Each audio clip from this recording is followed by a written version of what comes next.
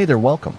I'm here to help you relax tonight. So before you get too cozy, take a moment to like the video and subscribe, but only if you genuinely enjoy what I do here. Let me know in the comments where you're tuning in from and what time it is for you. It really makes us feel like the global community it is. Now dim the lights, maybe turn on a fan for that soft background hum, and let's begin our evening together. Story 13. Every night at 3:03 a.m. The first time it happened, Maya chalked it up to stress. She'd just moved into the old Victorian on Elm Street, a house she'd inherited from a great aunt she'd barely known. The move was chaotic, the boxes were endless, and sleep was a fleeting luxury. So, when she jolted awake at exactly 3:03 a.m. to the sound of 3 precise, measured knocks on her front door, she assumed it was a dream, an auditory phantom born of exhaustion and unpacking anxiety. She lay in the dark, heart hammering, listening to the absolute silence that followed. No footsteps walking away, no car engine starting. Just the oppressive, waiting quiet of a sleeping street. After 10 minutes, she convinced herself it was the house settling or a branch tapping a window somewhere. She forced herself back to sleep. It happened again the next night, and the night after that, always at 3:03 a.m. on the dot.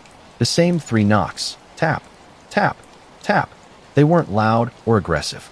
They were polite, almost formal, but with a chilling precision that made her skin crawl. It was the timing that was aggressive, the relentlessness.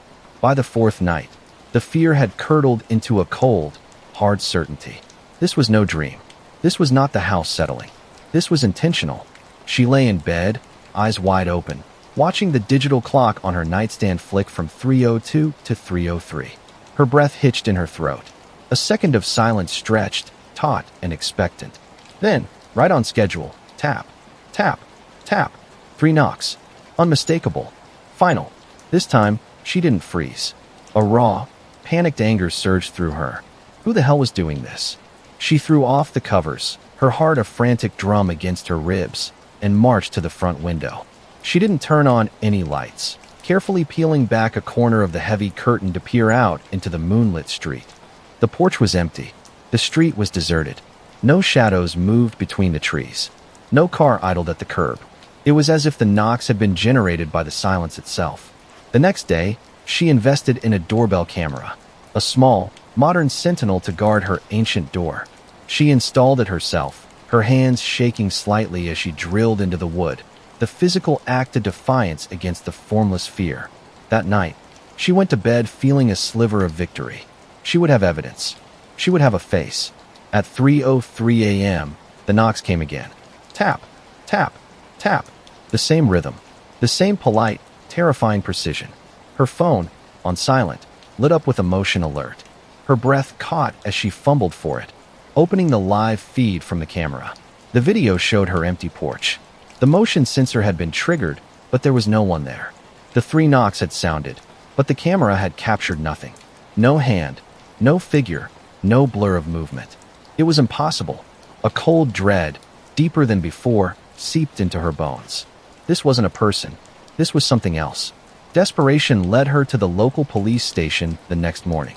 The officer at the desk, a young man with a tired expression, listened patiently as she explained the knocks, the time, the camera footage. When she finished, he gave her a look that was a mixture of pity and boredom. "Ma'am, it's probably kids playing a prank. They know how to avoid these cameras. They're sneaky. But every night, at exactly the same time, and the camera didn't see anything. Could be a timer, some kind of automated thing. We get calls like this. Usually, it stops after a while when they get bored." He offered to send a patrol car around at night for a few days, but his tone said he was humoring her. The patrol car came for 2 nights. Nothing happened. Of course, nothing happened. The knocks knew. On the 3rd night, the police stopped coming. And at 3:03 a.m., the knocks returned. Tap, tap, tap. She started sleeping during the day, curled on her couch, the exhaustion a heavy blanket. The night became a terrifying vigil. She bought heavy-duty deadbolts for the door. She stacked chairs against it. It felt childish, useless, but it was something. Then, the note started. The first one was slipped under her door one afternoon while she was boiling water for tea. A single, crisp white cardstock. On it, typed in a clean, neutral font, was a message, You looked tired last night. You should rest." She dropped the card, backing away from the door as if it were poisoned. They were watching her. They knew her routines. They knew she wasn't sleeping. The knocks that night were followed by the sound of something being slid under the door. She didn't sleep, staring at the bedroom door, paralyzed. At dawn, she crept out. It was another note. "The curtains in the living room are lovely, but the blue ones suited the light better." The blue curtains. She'd taken those down just 2 days ago. They were in a box in the basement. This wasn't just watching. This was an intimacy, a violation of her most private spaces. They had been inside her house. Panic became her new normal. She called a locksmith and had every lock in the house changed. She checked every window, every possible entry point. She found nothing. The house was a sealed tomb, yet the notes kept appearing. In her mailbox, tucked into the morning newspaper. Once, placed neatly on her pillow while she was in the shower, the steam still fogging the mirror. The messages were always benign, always courteous, and always utterly horrifying. "Your grocery list is on the fridge. Don't forget the milk. That book you're reading has a wonderful ending." The silence between the knocks is my favorite part, too. They were in her head. They knew her thoughts, her private moments. The fear was a constant, humming vibration in her teeth. She stopped leaving the house. The world outside her door became a distant, threatening concept. She began to document everything. A journal of terror. Times, dates, the text of the notes. She took pictures of them. She set up more cameras inside the house, facing the doors, the windows. The footage showed nothing. The notes simply appeared. The knocks sounded from nowhere. One note was different. "You're trying so hard to see, but you're looking in the wrong place. Look back. Look back." What did that mean? Her past? The house's past? Exhausted and fueled by a desperate hope for answers, she went to the town's historical archives. The old woman there remembered the house. The Victorian on Elm? Oh yes, lovely place. Had a few tragedies, like any old house. The original owner, Alastair Ward, lost his wife. He was a clockmaker. Very precise man. Very devoted. He couldn't bear the silence after she was gone, they say. Started to lose his mind. He'd make these little automatons, wind-up figures. He claimed they kept him company. Maya's blood ran cold. What happened to him? The archivist's face grew somber. He died in the house. Alone. They found him in his workshop. The story goes that he was so precise, he even timed his own death. The grandfather clock in the hall stopped at the exact moment he passed. 3:03 a.m. Maya drove home in a trance. A clockmaker. Automatons. 3:03 a.m. The pieces clicked into place with a horrifying finality. This wasn't a person. It was a remnant. An echo of a profound, twisted love programmed into the very bones of the house. That night, she didn't wait for the knocks. She went down into the basement, a place she'd avoided. It was dark, filled with the relics of her great-aunt's life. And, she now knew, Alastair Ward's before her. In a corner, under a dusty sheet, she found it. His workshop. Benches covered in tiny, intricate tools, gears and springs and bits of brass. And on a shelf, a row of small, humanoid figures carved from wood and powered by clockwork. They were beautiful and grotesque. Their faces were smooth, expressionless ovals. Their joints were perfect, delicate mechanisms. One of them was different. It was larger, more complex. It held a tiny, brass hammer in one delicate hand. Her eyes were drawn to the mechanism in its back. Instead of a keyhole, there was a small, digital timer. It was counting down. 47 seconds, 46, 45. It was counting down to 3:03 a.m. This was the source. This was the hymn. Alastair Ward's final, desperate creation. A mechanical ghost, programmed to never be alone, to always seek company, to always knock. The timer hit 0. Tap, tap, tap. The sound didn't come from the front door. It came from right behind her. She whirled around. The automaton was gone from the shelf. It was standing in the shadows by the stairs. Its head was cocked. The tiny hammer in its hand tapped gently against the basement doorframe. Tap, tap, tap. It wasn't malicious. It was lonely. It was following its programming. A perfect, eternal, and terrifying routine. It took a step towards her, its movements jerky yet silent. The gears whirred softly. It pointed a delicate wooden finger at her, then at its own chest. A gesture of invitation, of companionship. Forever. Maya screamed. The sound was raw, tearing through the dusty silence of the basement. She scrambled backwards, knocking over a tray of tiny screws that scattered across the concrete floor like metallic rain. The automaton didn't react to the noise. It just took another step forward, its smooth, featureless face aimed at her. The tiny hammer lifted and tapped the air. Tap, tap, tap. A gentle, relentless reminder. She turned and fled, taking the basement steps two at a time, her heart trying to burst from her chest. She slammed the basement door shut and leaned against it, gasping, expecting to feel the impact of the small thing throwing itself against the other side. But there was nothing, only silence. Had she imagined it? Had the stress finally broken her? She stayed there for what felt like an hour, pressed against the door, listening. Nothing. Cautiously, she allowed herself to slide down to the floor, drawing her knees to her chest.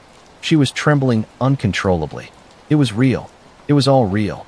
The logical part of her mind, the part that had clung to explanations like pranksters and timers, finally shattered. She was living in a haunted house, but the ghost wasn't a person, it was a machine. A perfect, eternal machine. She must have dozed off, because the next thing she knew, the first rays of dawn were filtering through the kitchen window. The house was silent. The doorbell camera had no new alerts. The knocks had not come again that night. For the first time in weeks, the 3:03 a.m. ritual had been broken. A fragile, desperate hope bloomed in her chest. Had confronting it worked? Had seeing the source of the horror broken its power? She spent the day in a haze of exhaustion and cautious optimism. She didn't go back down to the basement. She barricaded the door with a heavy chair for good measure. As night fell again, the fear returned, a cold knot in her stomach. She watched the clock, minute by minute, as it crept toward 3 a.m. 3:01. 3:02. She held her breath. 3:03. Silence. No knocks. No sound at all. She let out a sob of relief, tears streaming down her face. It was over. It was finally over. And then her phone buzzed on the nightstand. A notification from her doorbell camera. Motion detected. Her blood ran cold. It was 3:04 a.m. She grabbed the phone, her hands shaking so badly she could barely unlock it. The live feed loaded. It showed her front porch. Empty. But something was different. There, placed neatly in the very center of the welcome mat, was a small, wooden figure. The automaton. It was sitting cross-legged, its head tilted. In its lap was a new note. She zoomed in with the camera, her breath catching in her throat. The note read, "I'm glad you found me. Now we can be together properly. No more doors between us." As she watched, frozen in horror, the automaton's head slowly turned. It looked up, directly into the camera lens. Its smooth, featureless face seemed to stare right through the screen, right into her soul. Then, it raised its tiny brass hammer and tapped it gently against the front door. Tap, tap, tap. The video feed froze. Maya stared at the screen, the image of the automaton's blank face seared into her mind. It wasn't in the basement. It was outside her front door, and it had looked at her. It had seen her. A new sound began, a soft, rhythmic scraping. It was coming from the front door. It was the sound of metal on metal. Tiny, precise. She knew what it was. It was the automaton, working on the lock with its delicate tools. It wasn't just a noisemaker. It was a locksmith's masterpiece. No more doors between us. She was out of time. The barricades, the new locks, they were useless against this. It was built by a master craftsman. It would get in. Her panic sharpened into a single, razor point of instinct. Run. Now. She didn't grab her phone. She didn't grab a coat. She just ran. She flew down the hall, through the kitchen, and out the back door into the cold night air. She didn't stop, didn't look back, sprinting across the dew-soaked grass towards the fence at the back of the property. She scrambled over it, not feeling the wood splintering her palms, and landed hard on the other side. She was in the neighbor's yard, then the next. She ran until her lungs burned and her legs gave way, collapsing behind a large trash bin in an alley several blocks away. She sat there, huddled in the dark, listening to the sound of her own ragged breaths. The silence of the night was absolute. No footsteps followed her. No tiny, ticking horror pursued her. She was alone. She had escaped. As the adrenaline faded, the cold set in. She was in her pajamas, barefoot. She had nothing. No phone, no money, no keys. But she was free. The thing was back in the house, and she was out. A wave of hysterical, relieved laughter bubbled up in her throat. She had won. She had gotten away. The laughter died in her throat as a new sound cut through the night. It was a soft, melodic ticking, like a pocket watch. It was coming from her pocket. Slowly, dread rising like a tide, she reached into the pocket of her pajama pants. Her fingers closed around something cold and metallic. She pulled it out. It was a small, exquisitely crafted brass key. It hadn't been there before. And tucked behind it, a tiny scroll of paper, tied with a thin piece of wire. With trembling fingers, she unrolled it. The message was handwritten in a fine, precise script she recognized from the old workshop blueprints she'd seen in the basement. A key for you. A key for me. You can run, my dear. But every lock in this town was made by my hand. And I will always find a way in. Come home. It's time to wind the mainspring. The ticking wasn't coming from the key. It was coming from inside her. A soft, internal clockwork, now activated, syncing to a new rhythm. His rhythm. She looked down at her hands. In the pale moonlight, she saw it. A tiny, almost invisible seam on the inside of her wrist. It hadn't been there before. As she watched, it began to slowly open, like the lid of a tiny jewelry box. Beneath it, she could see the faint glint of moving brass gears. The knocking had stopped. The invitation had been accepted. She was no longer the homeowner. She was becoming the home. The world narrowed to the glint of brass in her wrist. The gentle, internal ticking was a metronome in her chest, measuring out a new, horrifying rhythm for her heart. This wasn't possession. It was integration. Come home. The word wasn't a sound. It was an impulse, a magnetic pull in her blood, synchronized with the ticking. Her legs moved without her conscious command, carrying her out of the alley, bare feet scraping on the cold pavement. She was a puppet on invisible strings, drawn back toward the Victorian on Elm Street. The night air felt different now, not just cold, but charged, as if the very molecules were aligning to her new internal clockwork. She tried to fight it, to will her feet to stop, to turn and run in the opposite direction. But the impulse was too strong. It was a deep, fundamental reprogramming. Her fear was still there, a screaming voice in the back of her mind, but it was disconnected, irrelevant. Her body was no longer her own. The house came into view, its dark windows like empty eye sockets. The front door was slightly ajar. As she approached, she saw him. The automaton. It was sitting on the porch swing now, perfectly still. Its featureless face was turned toward her. In its lap was a small, polished wooden box. She mounted the steps, her movements stiff, jerky. She stopped before it. The automaton's head tilted. It made no sound. Slowly, it lifted its delicate hands and offered her the box. Her hands rose against her will. She took the box. It was heavier than it looked. The lid swung open on tiny, silent hinges. Inside, nestled on a bed of black velvet, was a set of tools. Tiny screwdrivers, microscopic pliers, files finer than needles, and a small, ornate key. The automaton pointed one slender wooden finger at the open box, then at the open door of the house. The invitation was clear. The final piece of the horror clicked into place. Alistair Ward hadn't just wanted company. He wanted an apprentice, a successor, someone to maintain the clockwork, to wind the mainspring, to ensure the eternal, precise ticking of his world never ceased. He had chosen her. The screaming in her mind grew fainter, drowned out by the soothing, relentless tick-tick-tick in her veins. She looked from the tools to the dark doorway. The fear was still there, but it was distant now, a memory of another person's emotion. She picked up the small, ornate key. Her first task was to wind the mainspring. She turned and walked into the house. The door swung shut behind her with a soft, final click. On the porch, the automaton remained on the swing, its head tilted as if listening to a silent, perfect music. Inside, the grandfather clock in the hall began to tick again, its hands moving steadily toward the next 3:03 a.m.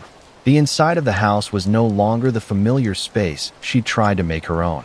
It was Alistair Ward's workshop, his sanctuary, his machine. The walls seemed to hum with a low, mechanical energy.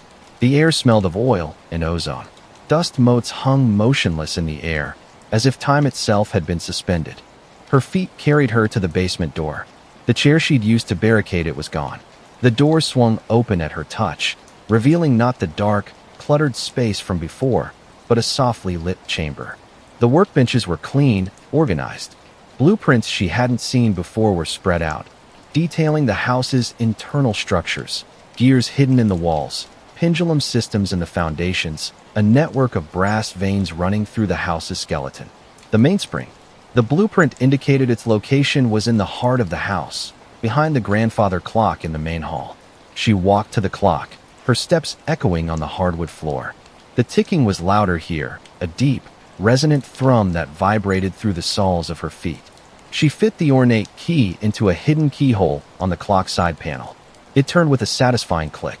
A section of the wall beside the clock slid open with a whisper of well-oiled mechanics, revealing a narrow, dimly lit passage.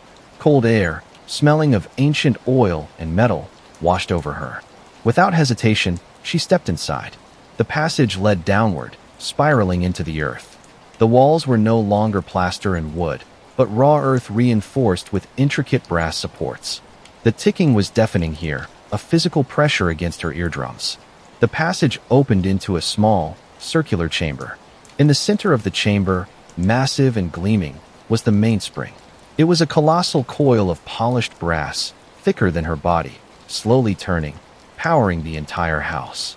It was beautiful. It was terrifying. It was alive. A small platform with a set of tools was beside it. This was her place, her purpose. She approached the mainspring, her hand outstretched. As her fingers brushed against the cold, humming metal, a jolt went through her, not of electricity, but of knowledge. Schematics, equations, maintenance routines flooded her mind. She understood. She knew what to do.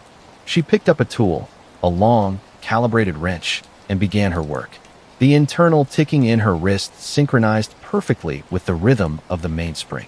For the first time since the knocks began, she felt a sense of peace. The screaming in her mind had stopped. There was only the ticking, the perfect, eternal ticking. Time lost all meaning. There was only the rhythm, the maintenance, the winding. Years bled into one another. The world outside ceased to exist. There was only the house, the clockwork. One day, as she was polishing the mainspring, she heard a new sound. Not the familiar ticking, but a different rhythm. A hesitant, knocking sound from the world above. Tap, tap, tap. It was coming from the front door. She paused, her polishing cloth stilling. The sound was crude, organic.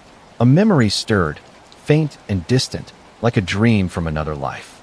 A memory of fear, of panic. The automaton, who had been standing sentry by the passage entrance, turned its smooth head toward her. It didn't move. It was waiting for her decision. She listened to the knocking. It was wrong. It was imperfect. It disrupted the harmony. She looked down at the nearly completed new automaton on her workbench. Its tiny, featureless face was waiting. The future was waiting. The knocking came again. Tap, tap, tap. A voice, young and uncertain, called out. Hello? Is anyone there? My car broke down the road. I just need to use a phone. She picked up a small, sharp tool. A calibrator. The internal ticking in her wrist was a steady, comforting rhythm. A perfect rhythm. She ascended the passageway for the first time in years. The front door was before her. The knocking came again, more insistent now. Tap, tap, tap. She smiled a thin, precise smile. It was not a kind smile. She reached for the door handle. It was time to wind the mainspring. And every mainspring needed a key.